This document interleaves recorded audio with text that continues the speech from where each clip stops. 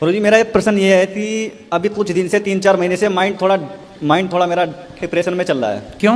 वो इसलिए जब से मुझे मतलब जो मेरी मम्मी थी वो जब मैं छोटा था वो उसी टाइम पे एक्सपायर हो गई थी। तो अभी 3-4 महीने पहले मुझे मतलब पता चला है कि वो मतलब मेरी वजह से एक्सपायर हुई थी। अच्छा, तो किस वजह से? ये तो मुझे नहीं पता, मेरे तो याद भी नहीं है, मैं छोटा था उस टाइम पे। तो 3-4 महीने से मेरा माइंड थोड़ा मतलब डिप्रेशन में चल रहा है, और उसी वजह से जो भी मेरे साथ आ रहा है, मतलब जो भी आपको ऐसा किसने बताया कि तुम्हारी वजह से तुम्हारी माँ चली गई? 2-3 बंदे हैं ऐसे। कौन? ये तो मतलब बाहर वाले ही हैं और फैमिली में भी हैं 1-2 बंदे। बाहर वालों को कैसे पता? वो उस टाइम पे थे मतलब। भाई हो सकता है कि उन्होंने गलत जानकारी दी। अब आपकी माँ क्यों चली गई? देखो, जन्म विवाह मरण गति होई, जहाँ जस लिखा तहाँ तस होई। मृत्यु तो अपने टाइम पे होती है, किसी के कारण मृत्यु नहीं होती। और उस चीज से मेरा माइंड थोड़ा मतलब अभी आपकी माँ को जाना था, चली गई बेटा। आप किसी के कहने पर ये गड़े मुर्दे उखाड़ना है, इन बातों से कोई लाभ ना होगा। आप खूब मेहनत करो, पैसे कमाओ, समाज की सेवा करो, और आप किसी माँ की सेवा करो, वृद्ध की सेवा करो, ताकि आपकी माँ प्रसन्न हो। इन बातों से अब बैक में जाने से क्या फायदा? अभी मेरी 9 महीने की बेटी भी है। हाँ। तो अभी मेरे तो बस यही डर रहता है कि जैसा मैं देखता हूँ अपने सामने, जो मेरे साथ में मतलब जुड़ रहा है वो मुझसे दूर जा रहा है। मेरे तो बस यही डर रहता है कि मेरी 9 महीने की बेटी है तो वो भी मेरे से दूर ना चली आए। जो ना ये सब सोचो ही मत, भगवान सब ठीक करेंगे। आपने जो सोच लिया वो ही गलत सोच लिया, आप गलत वे पे चले गए। आपको इस रास्ते पे माँ आपकी क्यों गई ये तो माँ जाने और भगवान जाने, तीसरे लोग क्या जाने। लोगों का काम भड़काना है, हो सकता है आपको परेशान करने के लिए उन्होंने ऐसी बात की हो। 3-4 महीने से अभी क्या हो रहा, आपस में परिवार में मतलब यानी अनबन हो रही है। इसी वजह से मैं डिप्रेशन में रहता हूँ, तो फैमिली में मतलब अनबन हो रही है, बस यही है। कोई बात नहीं, आप बिल्कुल परेशान ना होइए, आप बिंदास अपना जीवन जियो। माँ गई, अब जब गई हैं तो उनका कारण मृत्यु का भगवान ही जान रहे होंगे, दुनिया ना जानेगी। कई बार जो दिखता है ना वो होता नहीं है, और जो होता है वो दिखता नहीं है। हो सकता समाज ने जिस कारण को नोट किया हो वो कारण रहा ही ना हो। अब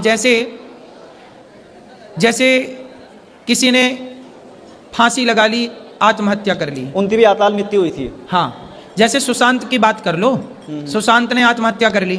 सबको क्या लगा, अरे सुशांत मर गया, आत्महत्या कर ली। क्या कभी किसी ने सुशांत की जगह खड़े होकर सोचा कि उस पर क्या गुजरी होगी, क्या कारण रहे होंगे? कोई यूं ही तो नहीं मर जाता, मर जाने का बहुत सारा कारण होता है। समाज जब उसे परेशान करती है, सुनो, जब कोई मरता है ना बेटा, आत्महत्या करता है, सुसाइड करता है, तो उसका जिम्मेदार कौन होता है?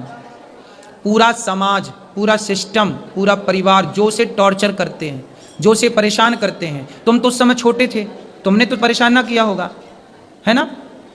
तो वो लोग जिम्मेदार होंगे जिसने उसे परेशान किया होगा किसी बात को लेकर। इसलिए जब कोई आत्महत्या करता है, सुसाइड करता है, तो सुसाइड नहीं है, वो एक मर्डर होता है। समाज के द्वारा किया गया मर्डर, जो लोगों ने अपने बातों से किया, इतना परेशान कर दिया कि आदमी मरने के लिए मजबूर हो गया।